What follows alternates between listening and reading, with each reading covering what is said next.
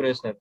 तो जो भी रैंकिन साइकिल है, स्टीम पावर प्लांट जो होता है, ये दो प्रेशर लिमिट के बीच में वर्क करेगा। एक लोअर प्रेशर लिमिट होगी, एक हायर प्रेशर लिमिट होगी। तो लोअर प्रेशर लिमिट कौन सी होगी? कंडेंसर का pressure. And higher pressure limit होगी बॉयलर का प्रेशर। ठीक है, जिस प्रेशर पे स्टीम को जनरेट किया जाएगा, है ना, वो बॉयलर प्रेशर हुआ। एंड जिस प्रेशर पे स्टीम को कंडेंस किया जाएगा वो कंडेंसर प्रेशर हुआ। ठीक है, तो ये दो प्रेशर लिमिट है। तो इसमें ये जो है constant pressure line, constant pressure line आप लोग को नहीं समझ में आ रहा होगा शायद। ये कांस्टेंट प्रेशर लाइन जो टीएस डायग्राम में होती है, ठीक है, इस तरह से हम ड्रॉ करते हैं। 2 to 2 डैश, इसका जो भी प्रेशर होगा, मान लो ये बॉयलर प्रेशर है, 2 to 2 dash is boiler pressure. Then inside the wet region means ये डोम के अंदर, ये जो डोम बनता है saturated liquid and vapour line का, ठीक है, तो इसके अंदर क्या होता है? वेपराइजेशन स्टार्ट होता है, मींस लिक्विड वेपर में कन्वर्ट होता है। ठीक है, तो 2 to 2 डैश तक क्या है? लिक्विड अभी लिक्विड कंडीशन में, वेपर में कन्वर्ट नहीं हो रहा है। टू कंडीशन पे जो लिक्विड है वो क्या है? Subcooled liquid, means below 100 degree Celsius. ठीक है, यानी ये बोल सकते हैं बिलो सैचुरेशन टेम्परेचर। ठीक है, बिलो सैचुरेशन टेम्परेचर जो लिक्विड होती है उसको हम बोलते हैं सबकुल लिक्विड। तो 2 कंडीशन पे जो लिक्विड है जो पंप ने सप्लाई किया है, ये जो 2 कंडीशन मैं यहाँ पे दिखा रहा हूँ, तो यहाँ पे लिक्विड कंडीशन है, मींस जो फीड वाटर है वो लिक्विड स्टेट में है एंड उसका टेम्परेचर जो है बिलो 100 डिग्री सेल्सियस है, मींस बिलो सैचुरेशन टेम्परेचर है। क्लियर हो गया? तो यहाँ पे जो भी लिक्विड की कंडीशन होगी वो क्या होगी? Saturated liquid, sorry subcooled liquid. ठीक है, तो 2 कंडीशन पे सबकूल्ड लिक्विड हुआ। अब क्या होगा? ये बॉयलर के अंदर सबकूल्ड लिक्विड को सप्लाई किया गया, बॉयलर के अंदर हीट सप्लाई किया जा रहा है थ्रू बर्निंग ऑफ कोल, है ना। तो वहां पे क्या होगा? ये सबकूल्ड लिक्विड हीट गेन करेगा, हीट गेन करेगा तो क्या होगा? उसका टेम्परेचर बढ़ेगा, बट प्रेशर नहीं चेंज होगा, ये ध्यान में रखना है। उसका टेम्परेचर बढ़ेगा बट प्रेशर वही रहेगा। कितना प्रेशर होगा? जितना पंप ने प्रेशर राइज कर दिया। मान लो पंप ने 1 बार से 10 बार तक प्रेशर राइज कर दिया है, तो यहाँ पे जो बॉयलर प्रेशर है, मान लीजिए बॉयलर प्रेशर यहाँ पे 10 बार है या 40 बार है, 50 बार है। ठीक है, तो 50 बार तक ये प्रेशर राइज हो चुका है। तो अब प्रेशर चेंज नहीं होगा, प्रेशर कांस्टेंट रहेगा। सिर्फ क्या होगा? यहाँ पे लिक्विड का टेम्परेचर बढ़ेगा, है ना। सो 2 से 2 डैश तक कांस्टेंट प्रेशर पे क्या हो रहा है? लिक्विड का टेम्परेचर बढ़ रहा है क्योंकि बॉयलर के अंदर हीट सप्लाई किया जा रहा है। इतना समझ में आ गया? ठीक है, सो 2 का एंड 2 डैश का दोनों का प्रेशर सेम है एंड वो प्रेशर क्या है? Boiler pressure. क्लियर हो गया? ओके, उसके बाद है 2 डैश। 2 डैश क्या है? Saturated liquid. अब सैचुरेटेड लिक्विड को हीट दिया जाएगा तो वेपर में कन्वर्ट होने लगेगा। तो यहाँ पे हम कैसे दिखाते हैं? Inside the dome, inside the dome constant temperature आपको दिखाना है। क्यों कांस्टेंट टेम्परेचर दिखाना है? क्योंकि वेपराइजेशन क्या होता है? कांस्टेंट टेम्परेचर पे होता है। ठीक है, सो 2 to 3 यानी लिक्विड को जो आप हीट करेंगे तो वेपर में जो कन्वर्जन स्टार्ट होता है, जो फेज चेंज स्टार्ट होता है, तो फेज चेंज क्या होता है? कांस्टेंट प्रेशर एंड टेम्परेचर पे होता है। जैसे मान लीजिए आप एक ओपन पैन लिया, आपने एक बर्तन लिया, उसमें पानी को रखा, ठीक है, और गैस चूल्हा पे डाल दिया, गैस चूल्हा को ऑन किया, तो अब क्या होगा? वाटर हीट गेन करेगा। तो इनिशियली उसका टेम्परेचर बढ़ रहा है, बढ़ रहा है, प्रेशर कांस्टेंट है, एटमॉस्फेरिक प्रेशर कांस्टेंट, यानी उसके ऊपर कौन सा प्रेशर है? ओपन पैन है, उसमें आपने पानी डाला है तो कांस्टेंट प्रेशर है। ठीक है, अब ये कांस्टेंट प्रेशर पे हीट गेन जो हो रहा है तो उससे उसकी टेम्परेचर बढ़ रही है। तो ये 2 to डैश उसी तरह से समझिए कि कांस्टेंट प्रेशर पे हीट गेन हो रहा है, टेम्परेचर बढ़ के T2 से T2 डैश हो गया। क्लियर? ओके, इसके बाद क्या हो रहा है? अब ये सैचुरेटेड लिक्विड हो गई, मीन्स पैन में जो आपने चूल्हा पे पानी डाला था वो 100 डिग्री सेल्सियस पे आ गया उसका टेम्परेचर। अब क्या होगा, वो लिक्विड को बोलेंगे सैचुरेटेड लिक्विड। सैचुरेटेड लिक्विड का मतलब क्या है, the liquid which is about to vaporise, means अब वो वेपर में कन्वर्ट होने के लिए रेडी है। ठीक है, तो 100 डिग्री सेल्सियस पे क्या होगा, बॉइलिंग स्टार्ट हो जाएगी। अब टेम्परेचर चेंज नहीं होगा, टेम्परेचर कांस्टेंट रहेगा। ठीक है, एंड वेपराइजेशन स्टार्ट हो जाएगा, मीन्स फेज चेंज स्टार्ट हो जाएगा।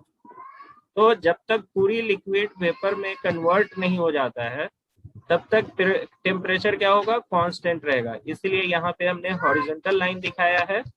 ये जो लाइन है 223 2-23, ये हॉरिजॉन्टल लाइन है। क्यों हॉरिजॉन्टल लाइन है, क्योंकि यहाँ पे वेपराइजेशन हो रही है, मीन्स लिक्विड से वेपर में फेज चेंज हो रहा है। एंड फेज चेंज ऑलवेज क्या होता है, कांस्टेंट टेम्परेचर पे होता है। तो वाई एक्सिस पे क्या है, टेम्परेचर है। अगर आप इसको इंक्लाइन लाइन खींच दीजिएगा 2 और 3 को, तो क्या होगा, इसका मतलब है टेम्परेचर चेंज हो रहा है, लेकिन वेपराइजेशन कांस्टेंट टेम्परेचर पे होगा, इसलिए एग्जैक्टली हॉरिजॉन्टल लाइन होगी। मीन्स 2 का टेम्परेचर, 3 का टेम्परेचर, दोनों का टेम्परेचर सेम रहेगा। अब मान लीजिए यहाँ पे जो सैचुरेटेड लिक्विड थी कंप्लीटली वेपराइज हो गया एंड वो सैचुरेटेड वेपर में बन गया। ठीक है, 3 पॉइंट इज सैचुरेटेड वेपर, तो ये 3 पॉइंट सैचुरेट, पूरी लिक्विड वेपराइज हो गई, ये सैचुरेटेड वेपर बन गया। अब क्या होगा, फिर भी आप उसको हीटिंग कंटिन्यू कर रहे हो, उसको हीट सप्लाई कर रहे हो, तो क्या होगा, वो वेपर का टेम्परेचर अब बढ़ेगा, फेज चेंज नहीं होगा। मान लीजिए लिक्विड से वेपर में बन रहा है तो फेज चेंज हो रहा है ना, लेकिन अब वेपर ही स्टेट है तो उसको हीट देंगे तो वेपर से क्या बनेगा, वेपर ही स्टेट रहेगा। लिक्विड का 3 ही स्टेट होता है ना, वाटर का 3 स्टेट है, एक सॉलिड है जो आइस होगा, दूसरा लिक्विड स्टेट हुआ है, तीसरा वेपर स्टेट हो गया। तो पूरी लिक्विड वेपराइज हो गई एंड सैचुरेटेड वेपर बन गया, तो अब उसको हीट देंगे तो वेपर ही रहेगा, बट क्या होगा, उसका टेम्परेचर बढ़ना स्टार्ट हो जाएगा। तो टेम्परेचर बढ़ेगा तो इसको हम सुपर हीटेड, यानी मोर देन सैचुरेशन टेम्परेचर जो वेपर होता है उसको हम क्या बोलते हैं, मान लीजिए किसी वेपर का सैचुरेशन टेम्परेचर जो है 1 एटमॉस्फेरिक का एग्जांपल लेते हैं कि प्रेशर 1 एटमॉस्फेरिक है, तो सैचुरेशन टेम्परेचर क्या होता है 100 degree Celsius, means 100 degree Celsius पे जो वेपर है उसको आप क्या बोलिएगा, सैचुरेटेड वेपर। अब मान लीजिए उसको आपने हीट कंटिन्यू देना चालू किया तो उसका टेम्परेचर बढ़ने लगेगा, 110 हो जाएगा, 120 हो जाएगा, 150 हो जाएगा, है ना। तो प्रेशर चेंज नहीं होगा, सिर्फ उसका टेम्परेचर बढ़ेगा। ठीक है, तो टेम्परेचर बढ़ेगा तो क्या होगा, जो वेपर रिजल्टिंग वेपर होगा more than higher temperature, means more than saturation temperature जो होगा वेपर का, उसको बोलेंगे सुपर हीटेड वेपर। तो ये 3 जो है ये सुपर हीटेड वेपर है। ठीक है, 3 is a super heated vapour. But ये 2 से 2 देन 3 एंड 3 ये प्रेशर चेंज नहीं होगा, क्योंकि ये क्या हो रहा है, बॉयलर के अंदर हो रहा है, कांस्टेंट प्रेशर पे ही ये हीट एडिशन प्रोसेस है, constant pressure heat addition process. ठीक है, तो टीएस डायग्राम में आप याद रखिए कांस्टेंट प्रेशर लाइन इस तरह से दिखाते हैं। तो यहाँ पे दिखाया गया है 2 देन 2 से 3, देन 3 से 3, अब ये ऐसे इंक्लाइन लाइन आगे चला जाएगा। ठीक है, ये इंक्लाइन लाइन जो आपको दिख रहा है ये इंक्लाइन लाइन आगे ऐसे बढ़ेगा। ठीक है, तो इसका ये पूरे लाइन पे प्रेशर कांस्टेंट रहेगा एंड सिर्फ टेम्परेचर चेंज हो रहा है। ठीक है, एंड वैसे ही एचएस डायग्राम में जो है, एचएस डायग्राम में आप कैसे दिखाओगे कांस्टेंट प्रेशर लाइन, कर्व से। ये जो 2 3 3 ये जो लाइन दिख रही है आपको कर्व टाइप की, इस कर्व से हम एचएस डायग्राम में कांस्टेंट प्रेशर लाइन दिखाते हैं। एंड पीवी डायग्राम में कांस्टेंट प्रेशर लाइन कैसे दिखाते हैं, हॉरिजॉन्टल लाइन, क्योंकि हॉरिजॉन्टल लाइन होगा तभी तो कांस्टेंट प्रेशर होगा ना, वाई एक्सिस पे हमने प्रेशर ले रखा है। एंड वैसे ही यहाँ पे भी देखिए कांस्टेंट प्रेशर लाइन। ठीक है, 4 से 1 कांस्टेंट प्रेशर। तो पीवी डायग्राम में हॉरिजॉन्टल लाइन होती है टीएस डायग्राम में इंक्लाइन लाइन होगी कहाँ पे, इन सब कूल्ड रीजन, ये सब कूल्ड रीजन में इंक्लाइन लाइन होगी कांस्टेंट प्रेशर की line, and superheated region में भी इंक्लाइन लाइन होगी, बट वेट रीजन में क्या होगी, हॉरिजॉन्टल लाइन। ठीक है, वेट रीजन में हॉरिजॉन्टल लाइन। तो ये 2 2 डैश 3 3 डबल डैश ये सब क्या है, कांस्टेंट प्रेशर लाइन है। एंड एचएस डायग्राम में ये कर्व से दिखाना है, 1 4 डैश 4 4 डबल डैश ये आपका कांस्टेंट प्रेशर लाइन है। ठीक है, तो प्रेशर लाइन समझ में आ गया। Yes sir. ठीक है, अब यहाँ पे जो एक्सपेंशन हो रहा है तो ये आइसेंट्रोपिक एक्सपेंशन है 3 से 4 या 3 डैश से 4 डैश या 3 डबल डैश से 4 डैश। सो इंट्रोपी कांस्टेंट रहेगी तो हम वर्टिकल लाइन से दिखाएंगे, है ना। तो टीएस डायग्राम में एक्स एक्सिस पे आप इंट्रोपी ले रहे हो, तो इंट्रोपी कैसे दिखाओगे, कांस्टेंट। तो कांस्टेंट 3 और 4 की इंट्रोपी कांस्टेंट है तो हम वर्टिकल लाइन से दिखाएंगे। वैसे ही एचएस डायग्राम में भी आप देखिए, एक्स एक्सिस पे आपने क्या लिया है, इंट्रोपी, एंड 3 और 4 की इंट्रोपी आपको कांस्टेंट दिखानी है तो आप वर्टिकल लाइन से दिखाएंगे। ठीक है,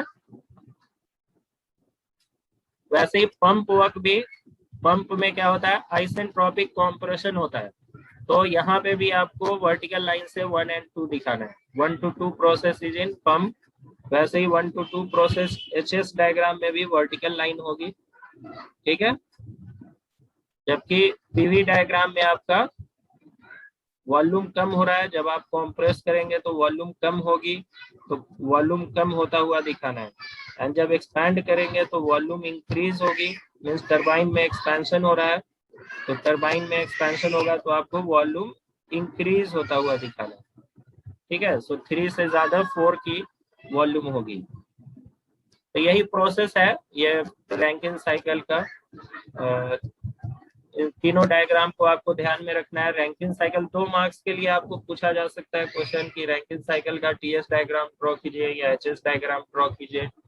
देन आपको जो 14 मार्क्स वाले में होता है क्वेश्चन, तो उसमें आपको डेरिवेशन आ सकता है, जो कल हमने डेरिवेशन डिस्कस किया था, रैंकिन साइकिल की इफिशियंसी। एंड ये सारे फॉर्मूले याद रखिएगा, हमें इसकी जरूरत पड़ेगी न्यूमेरिकल सॉल्व करने में। ठीक है, तो आज हम लोग थोड़ा सा आगे, कल ये मैं डिस्कस कर रहा था तब तक टाइम खत्म हो गया था, तो आज थोड़ा सा मैं इसको डिस्कस कर देता हूँ ये पॉइंट।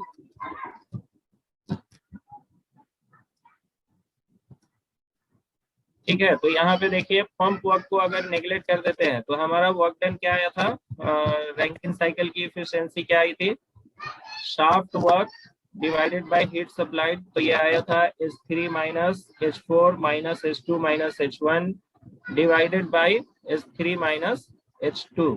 तो H2 माइनस H1 क्या है, पंप वर्क है, एंड ये H2 माइनस H1 को हमने नेग्लेक्ट कर दिया, means pump work very small होता है in comparison to WT, means turbine work के रेस्पेक्ट में।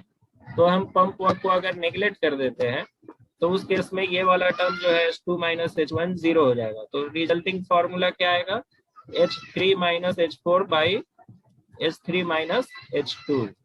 तो ये आपका फॉर्मूला है H3 माइनस H4। अगर पंप वर्क नेग्लेक्ट करने के लिए बोल रहा है क्वेश्चन में तो वहां पे आप ये लगा सकते हो H3 minus H4 by H3 minus H1। ठीक है,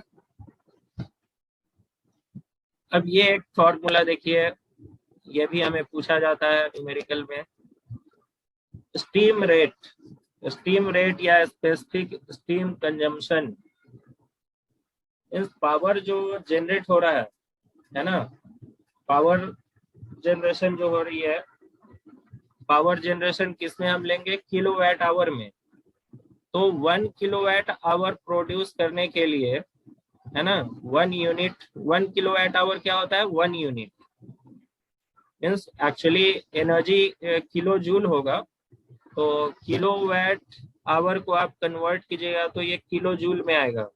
कोई इसको एक्सप्लेन कर सकता है, kilowatt hour is kilo joule, कितना किलो जूल होगा, हेलो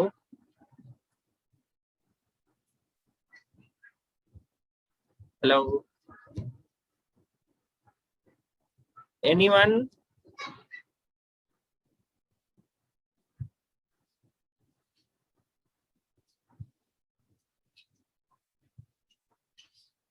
हेलो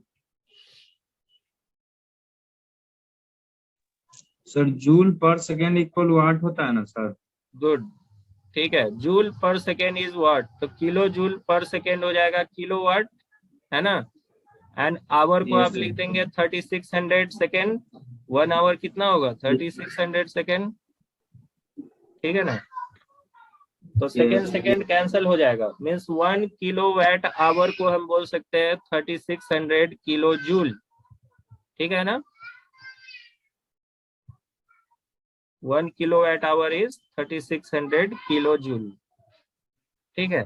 तो जो इलेक्ट्रिसिटी हम कंजम्पशन करते हैं घर में, अगर हमने 3600 किलो जूल इलेक्ट्रिसिटी कंज्यूम किया तो हमारा कितना यूनिट उठेगा? 1 यूनिट। तो इसमें 1 यूनिट के रेस्पेक्ट में दे रहा है कि जो पावर जनरेट हो रहा है वो पावर 1 यूनिट अगर जनरेट हो रहा है, 1 यूनिट जनरेट करने में कितना स्टीम का कंजम्पशन होगा, यानी स्टीम हम सप्लाई कर रहे हैं ना टरबाइन में, तो स्टीम का कितना कंजम्पशन होगा 1 किलोवाट आवर पावर प्रोड्यूस करने में, ठीक है, एनर्जी प्रोड्यूस करने में। तो 1 किलोवाट आवर एनर्जी प्रोड्यूस करने में हमें ये फॉर्मूला से हम निकाल सकते हैं, इसी को बोलते हैं स्टीम रेट, ठीक है। How much steam is consume to produce 1 kilowatt hour energy, electrical energy, ठीक है।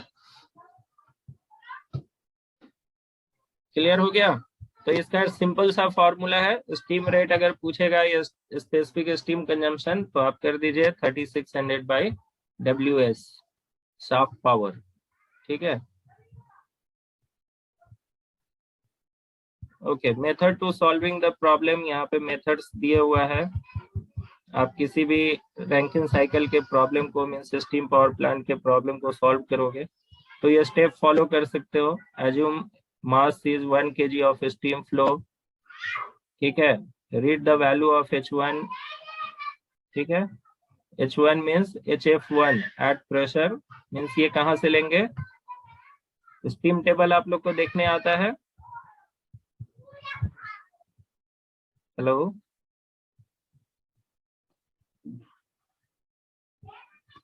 हेलो, स्टीम टेबल देखने आता है या नहीं? No sir. नहीं बता आता? दीजिए। अच्छा, तो स्टीम, ठीक है, एक प्रॉब्लम हम लोग लेंगे, उसमें सीखेंगे स्टीम टेबल से कैसे वैल्यू लेना है।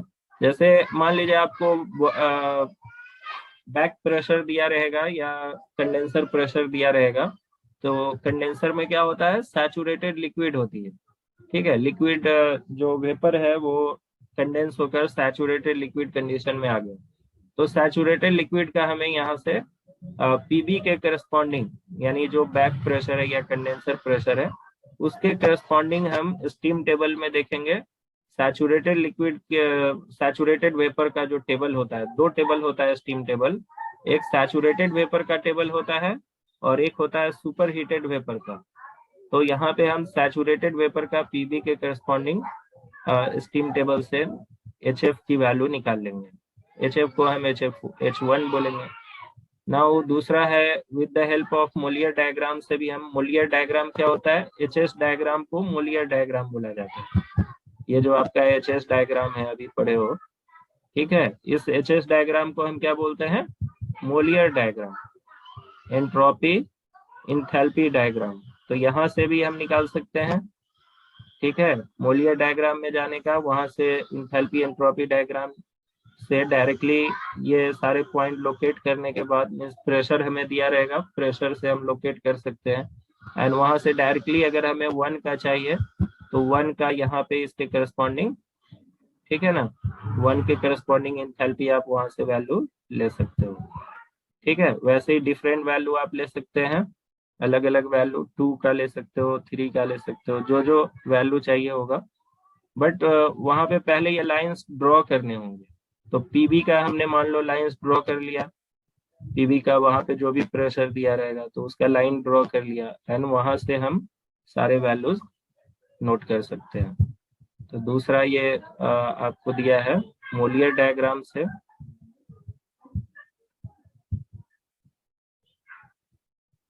ठीक है, use the equation of pump work, यहाँ पे पंप वर्क का equation as given by equation and find the value of H2। तो जैसे मैंने यहाँ पे बताया था कि इसका यूज क्या करना है। अब मान लीजिए आपको जो H2 की वैल्यू आपको नहीं पता, मीन्स आपको बॉयलर प्रेशर नहीं दे रखा है, तो H2 की वैल्यू कैसे निकालेंगे। मान लीजिए हमें सिर्फ PV दिया हुआ है, ठीक है, तो यहाँ पे हम H2 की वैल्यू इस फॉर्मूला से निकाल सकते हैं कि P1 minus PV by 10 is equal to H2 minus H1। ठीक है, तो P1 PV ये सब अगर दिया रहे एंड H1 हमने अभी निकाला है मोलियर डायग्राम से या स्टीम टेबल से, तो यहाँ से H2 की वैल्यू आप निकाल सकते हो। इफिशियंसी निकालने में हमें इसकी जरूरत अगर पड़ेगी तो, ठीक है। तो एक प्रॉब्लम में हम लोग ये सारा कुछ सीखेंगे। एक प्रॉब्लम ले इससे, हेलो, यस सर। ठीक है, एक प्रॉब्लम इससे करते हैं।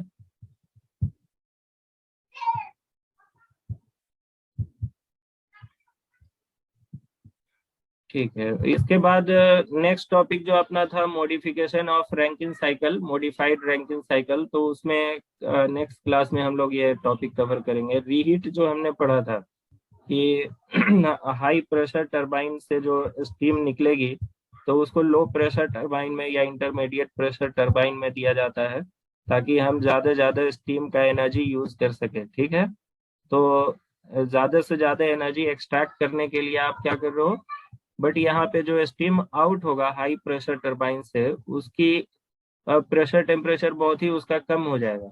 तो हम क्या करेंगे, उसको थोड़ा सा रीहीट कर लेंगे रीहीटर में।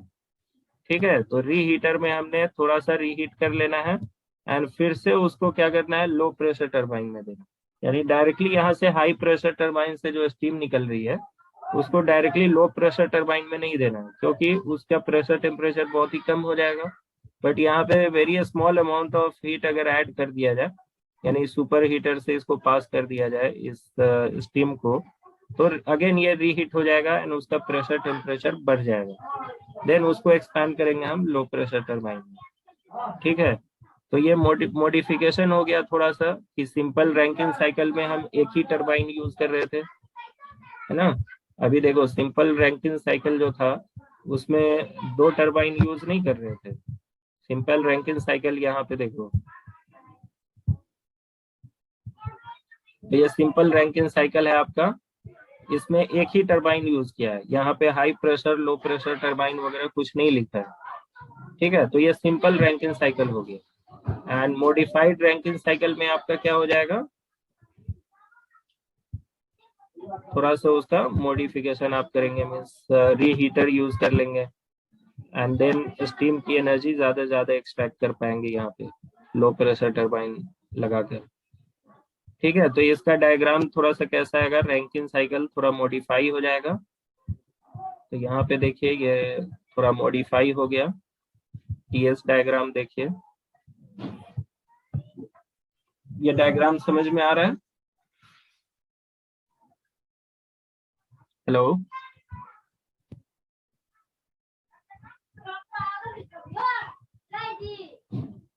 हेलो,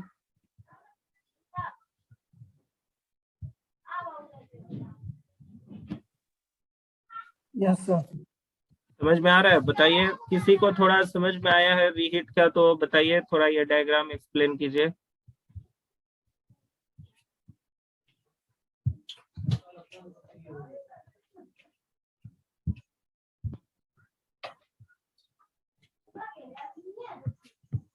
ये डायग्राम समझ में आ रहा है, सेम वही डायग्राम है, थोड़ा सा दिमाग लगाओ। यहाँ पे क्या है, 1 to 2 पंप वर्क है।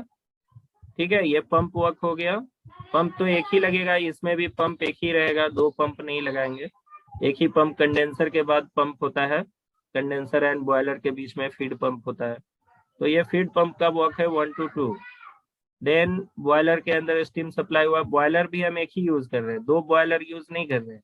ठीक है, बीच में एक रीहीटर यूज कर रहे हैं, दो टरबाइन के बीच में, high pressure and low pressure turbine के बीच में रीहीटर यूज कर रहे हैं। बॉयलर भी यहाँ पे एक ही यूज है, कंडेंसर भी एक ही यूज किया जा रहा है, ठीक है, एंड पंप भी, फीड पंप भी एक ही यूज किया जा रहा है। सिर्फ क्या है, टरबाइन दो यूज किया जा रहा है, एक हाई प्रेशर टरबाइन, एक low pressure turbine. And high and low pressure turbine, यानी हाई प्रेशर टरबाइन से जो स्टीम निकलेगा उसको रीहीट करना है, तो उसके लिए एक एडिशनल इक्विपमेंट लगाया गया है, रीहीटर, है ना। तो यहाँ पे आप देखो डायग्राम में रीहीटर कैसे दिखाया था, ये रीहीटर है ना, ये वाला पोर्शन आपका रीहीटर हो गया। तो हाई प्रेशर टरबाइन से जो स्टीम निकल रही है उसको रीहीटर में भेज दिया, वहां पे सुपर हीटेड स्टीम से क्या किया गया, उसको थोड़ा रीहीट कर दिया गया, तो अगेन उसका प्रेशर टेम्परेचर राइज हो गया, ठीक है। एंड देन उसके बाद इसको हाई लो प्रेशर टरबाइन में, तो यहाँ पे देखिए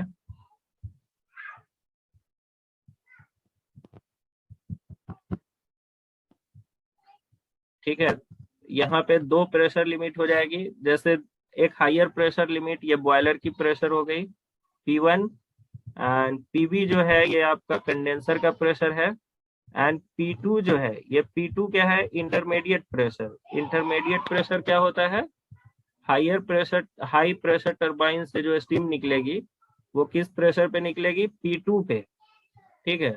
तो P2 प्रेशर पे निकला, यानी डायरेक्टली वो कंडेंसर प्रेशर पे नहीं निकलेगा, intermediate pressure, boiler and condenser pressure के बीच वाले प्रेशर पे निकलेगा, एंड देन उसको रीहीट कर लिया जाएगा, तो फिर से अगेन उसकी टेम्परेचर बढ़ जाएगी, ठीक है। तो आप देख रहे हो यहाँ पे उसका टेम्परेचर बढ़ गया है, 4 का टेम्परेचर कम है, 5 का टेम्परेचर ज्यादा हो गया, एंड ये उसके बाद फिर से लो प्रेशर टरबाइन में उसको एक्सपैंड कर दिया जाएगा, ठीक है। देन एक्सपैंड होने के बाद कंडेंसर में जाएगा, फिर कंडेंसर से कंडेंस हो जाएगा, सैचुरेटेड लिक्विड बनेगा, देन अगेन फीड पंप उसको सप्लाई कर देगा बॉयलर में, ठीक है। तो ये प्रोसेस है। तो यहाँ पे जस्ट एक इंटरमीडिएट प्रेशर लाइन आ जाएगी P2, एंड P2 में आने के बाद यानी P1 से हम क्या करेंगे, हाई प्रेशर टरबाइन से इंटरमीडिएट प्रेशर तक हम उसको एक्सपैंड करेंगे, देन उसको रीहीट करेंगे, उसका टेम्परेचर बढ़ाएंगे, एंड फिर से क्या करेंगे, उसको एक्सपैंड कर देंगे लो प्रेशर टरबाइन में। तो ये मॉडिफिकेशन, पहला मॉडिफिकेशन है आपका Rankine cycle with reheat, and इससे आपका क्या होगा, efficiency of steam turbine increase हो जाएगी, ठीक है। उसके बाद होता है आपका रीजेनरेटिव साइकिल। रीजेनरेटिव साइकिल से भी हम क्या करते हैं, स्टीम की ये जो ये है इफिशियंसी इंक्रीज करते हैं,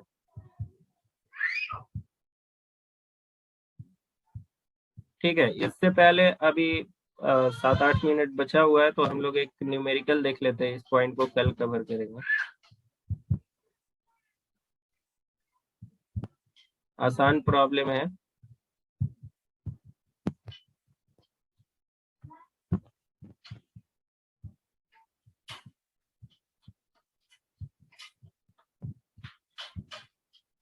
क्वेश्चन पढ़िए आप लोग।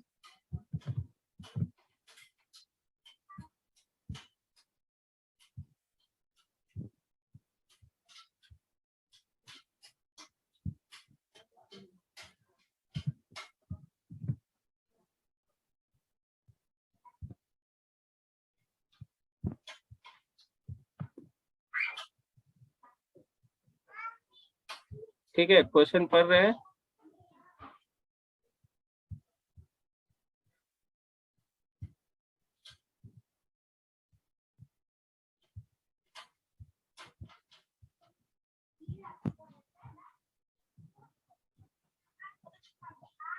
हेलो,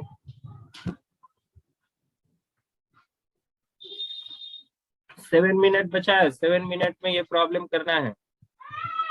बोलिए, किसी को क्वेश्चन समझ में आया है? ये क्वेश्चन दिया हुआ है, steam power plant operating on Rankine cycle receives steam from boiler. तो बॉयलर से स्टीम को रिसीव कर रहा है टरबाइन, एंड कितने प्रेशर पे रिसीव कर रहा है, 3.5 mega pascal and 350 degree Celsius. Means boiler pressure कितना हो गया, boiler pressure is 3.5 mega pascal and 350 degree Celsius, ठीक है, उसका टेम्परेचर है। ये समझ में आ गया data. Boiler pressure means P1, P1 is 350 mega pascal and temperature क्या है, जो बॉयलर से स्टीम निकल रही है उसका ये कंडीशन दिया है। तो बॉयलर से जो स्टीम निकल रही है वो कुछ भी हो सकती है, सैचुरेटेड लिक्विड वेपर हो सकता है, वेट वेपर हो सकता है, सुपर हीटेड वेपर भी हो सकता है। तो ये आपको चेक करना पड़ेगा। तो 3.5 मेगा पास्कल के करस्पॉन्डिंग हमें देखना पड़ेगा। एक मिनट में स्टीम टेबल आपको दिखाता हूँ। पहले क्वेश्चन पूरा पढ़ लीजिए, उसके बाद हम जाएंगे उस पर।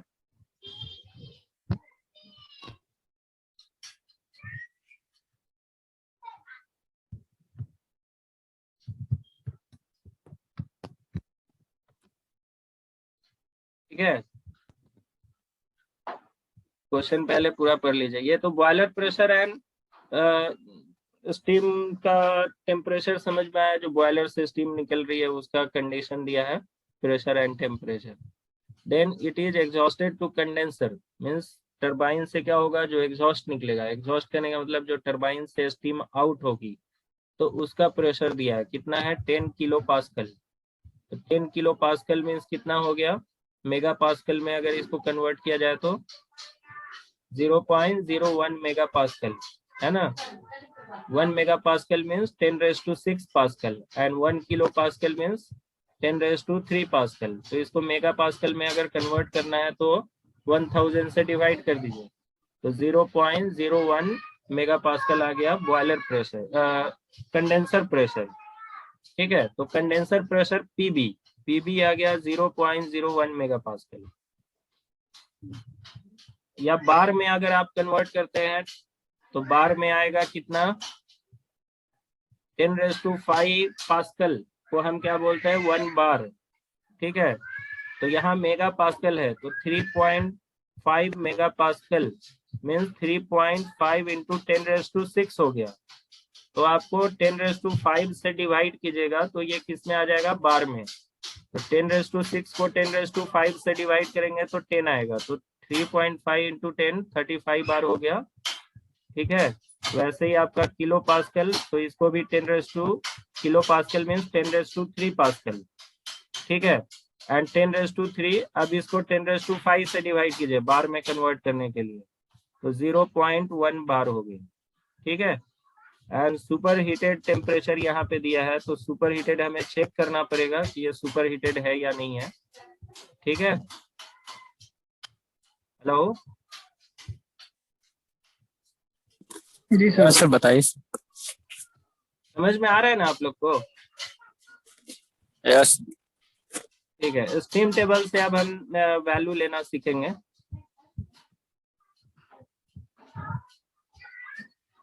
एक मिनट में स्टीम टेबल निकाल रहा हूँ।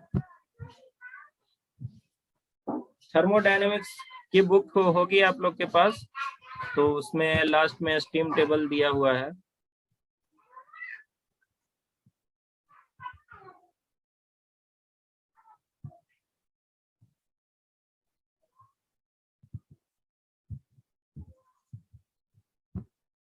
ठीक है, यहाँ पे देखिए आप लोग, शेयर करता हूँ मैं। तो कितना हमें मेगा पास्कल में दिया था ना,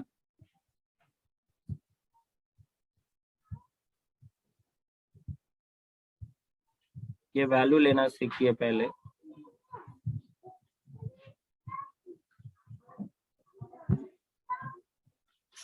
ठीक है, सैचुरेटेड स्टीम टेबल देखिए, ये सैचुरेटेड स्टीम टेबल है। ठीक है, दिख रहा है, शेयर हुआ है स्क्रीन? यस सर दिख रहा है ना, वैल्यू दिख रहा है या नहीं? Saturated steam table.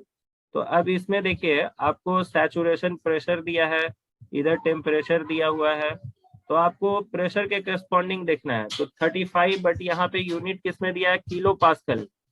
ठीक है, तो किलो पास्कल में पहले कन्वर्ट कीजिए, 3.5 मेगा पास्कल था, तो 3.5 मेगा पास्कल कितना किलो पास्कल हो जाएगा? हाँ, 1000 से मल्टीप्लाई कीजिए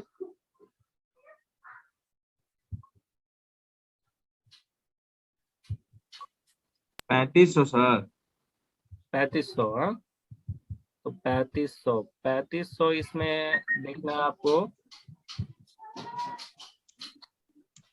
उतना ज्यादा तो टेम्परेचर प्रेशर ही नहीं होता है, ठीक है। तो सैचुरेशन प्रेशर में आपको प्रेशर ही नहीं मिला उतना, या कितना टेम्परेचर दिया हुआ था याद है? टेम्परेचर कितना था?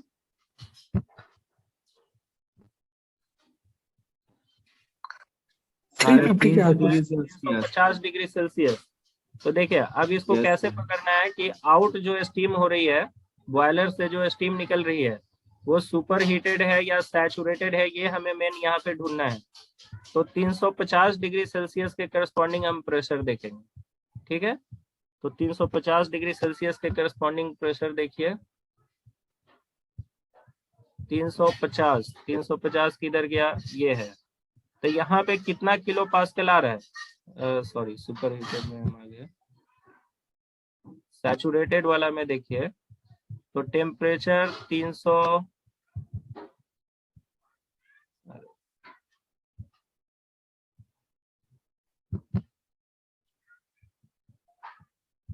एक मिनट, 10 मिनट का एक्सटेंशन ले, 10 मिनट अभी टाइम नहीं, इसको समझा देता हूँ मैं। एक लिंक भेजता हूँ क्रिएट यस करके, सर। ठीक है, एक लिंक भेजता हूँ क्रिएट करके। Okay sir. सर हाँ बोलिए।